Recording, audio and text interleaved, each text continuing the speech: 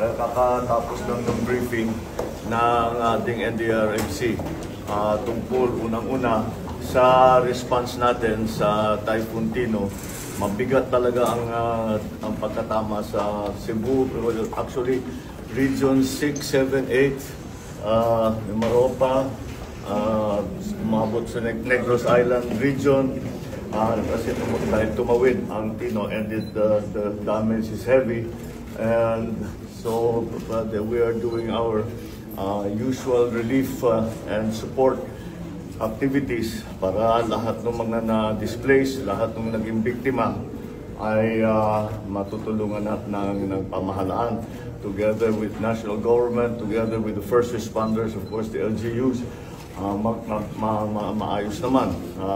The only problem is that napakalakas ng Tino. Unfortunately, meron tayong inaabangan na parating na may potensyal na maging mas malakas pa. Itong natin napangalanan na 1. And so we are also preparing for that. Yung pinakamalaking problema na nakita namin is that yung tao na, yung lahat ng personnel natin nandun ngayon sa Visayas para asikasuhin nga ang relief and support ng pamahalaan doon, ay kailangan na natin pag-isipan kung ilan doon, kung sino doon ang pwede nang dalhin para paghandaan na yung uwan, which is going to hit central and northern Luzon. Mukhang ang landfall sa Cagayan na naman. We will already be feeling the effects, yung ulan and some winds, siguro by Sunday morning. Kaya yun ang aming binabalanse kung hindi namin iiwanan ng Cebu hanggat lahat na ay in place na. The same thing, but we will do as much as we can to anticipate. Dahil marami tayong, if we anticipate well and we prepare well, marami tayong nagagawa para medyo mas mabawasan ang effect. Pero napakabigat nung nangyari ng Tino. Unfortunately, the casualty count is very high. Madami tayong deaths that we have suffered.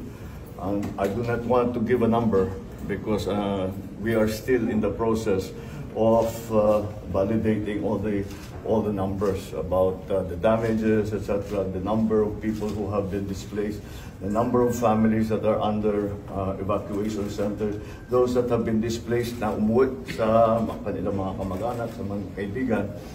Those are still being processed, but it is a significant number.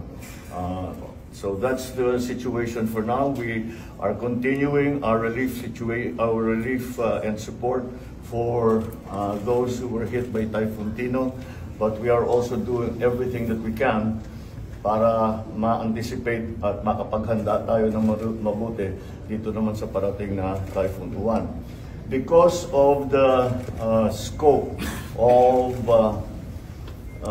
shall we say, problem areas that has been hit by Tino and will be hit by Uwan, there was a proposal from the NDRMC, which I approved, that we will declare